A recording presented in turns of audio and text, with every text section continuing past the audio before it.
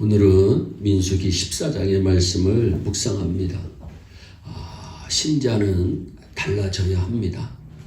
세상과 구별된 삶을 살아야 합니다. 사람이 살다 보면 어려운 때가 있습니다.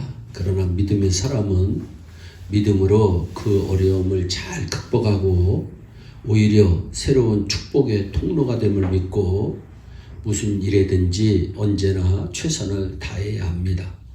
그래서 성공한 사람들 대부분이 고난이 축복의 근원이었다고 말합니다. 믿음의 조상 아브라함에게는 모리아산에 고난이 있었고 요셉에게는 팔려가 종살이를 하고 땅굴 감옥에 갇히는 고난이 있었습니다. 사도 요한은 유배지 밤모섬에서 고난 중에 하나님의 계시를 받습니다. 그러므로 우리는 살다가 최악의 상황을 만나도 당황하지 말고 낙심하지 말고 포기하지 말고 그때도 하나님께서 주신 기회라고 확신하고 흔들리지 말고 분발하여 전진해야 합니다.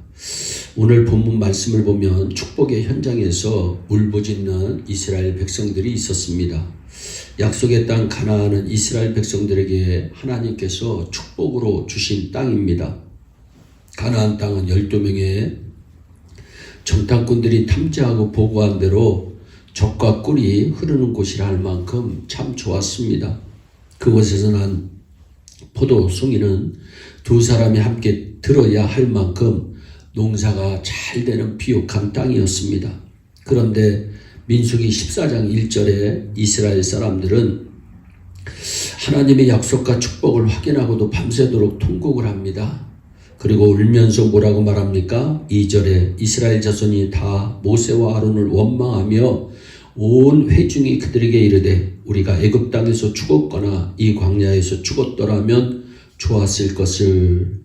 계속해서 3절에 어찌하여 여호와가 우리를 그 땅으로 인도하여 칼에 망하게 하려 하는고 우리 처자가 사로잡히리니 애굽으로 돌아가는 것이 낫지 아니하랴.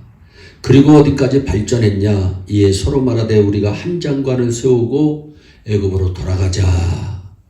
왜 그들이 밤새도록 통곡을 합니까? 무엇이 그들을 그토록 슬프게 만들었습니까?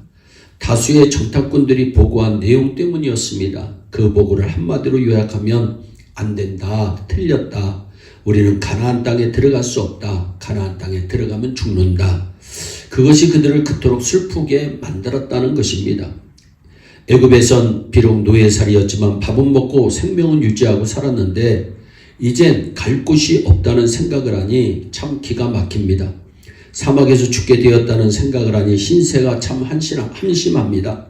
그러니 노예살이라도 좋으니 애굽으로 돌아가자는 소리가 나온 것입니다. 그런데 부정적인 보고와 백성들의 눈물과 분노 앞에서 전혀 다른 모습을 보인 지도자들이 있습니다. 그들이 바로 여호수아와 갈렙입니다. 6절에 그 땅을 탐지한 자 중 눈의 아들 여호수아와 여빈네의 아들 갈렙이 그 옷을 찢고, 옷을 찢는다는 것은 큰 슬픔을 말합니다. 그들은 슬픔에 겨워 자신들의 옷을 찢으며 이스라엘 자손의 온 회중에 일러 가로되 우리가 도로 다니며 탐지한 땅은 심히 아름다운 땅입니다.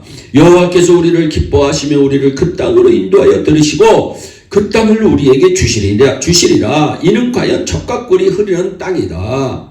오직 여호와를 거역하지 마라. 그 땅 백성을 두려워하지 말라. 그들은 우리의 밥이다. 그들의 보호자는 그들에게서 떠났고 여호와는 우리와 함께 하느니라. 그들을 두려워 말라. 그러니까 백성들이 어떻게 했습니까? 10절에 온 회중이 그들을 돌로 치려 했다고 성경은 말씀합니다. 여호수아와 갈렙 두 사람은 돌에 맞아 죽을 위기를 겪으면서도 하나님께서 함께 하심을 증거하며 10명의 부정적인 지도자들과 완전히 다릅니다. 통곡하며 원망하는 백성들과 완전히 달랐습니다. 어떻게 달랐습니까? 무엇이 달랐습니까? 보는 눈이 달랐습니다. 가나안을 정탐하고 돌아온 12명 중에 10명이 본 것은 그 땅 거민은 강하고 성읍은 견고하고 힘이 클 뿐이니라. 그 거민을 삼키는 땅이요 거기서 본 모든 백성은 신장이 장대한 자들이다.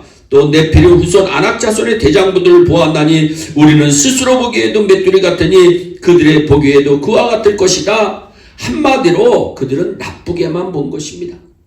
그래서 불가능합니다, 포기합시다 하는 부정적이고 비판적인 말만 합니다.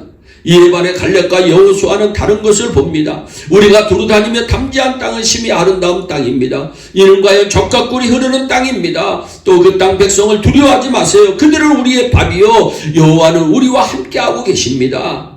보세요. 똑같은 환경을 보고 왔습니다. 그러나 보는 시각은 완전히 달랐습니다. 10사람은 인간의 눈, 불신앙의 눈으로 사람과 상황을 보았고, 2사람은 신앙의 눈, 하나님의 눈으로 그 땅과 사람을 보았습니다. 보는 눈에 따라 펼쳐지는 세상은 이렇게 다른 것입니다. 우리가 살고 있는 이 세상도 마찬가지입니다. 현재의 내 모습, 지금의 환경을 뛰어넘는 믿음의 눈을 가지고 이 세상을 살아가기를 바랍니다. 하나님께서 약속하신 복을 찾고 승리하는 인생이 되시기 바랍니다.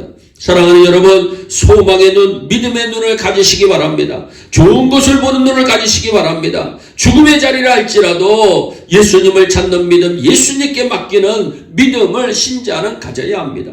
여호수아와 갈렙은 약속의 땅, 축복의 땅, 가나안에 들어갈 수 있다는 확신으로 현실과 미래를 본 분들입니다. 그래서 백성 앞에 당당했습니다. 우리가 볼 수 있는 세상이 다가 아닙니다. 우리 눈으로 볼 수 있는 세계가 더 많이, 우리 눈으로 볼 수 없는 세계가 더 많이 있습니다. 이 세상에는 덩치 큰 호랑이한테 물려 죽는 사람보다 눈에 보이지 않는 세균에 의해 죽는 사람이 훨씬 더 많은 세상입니다.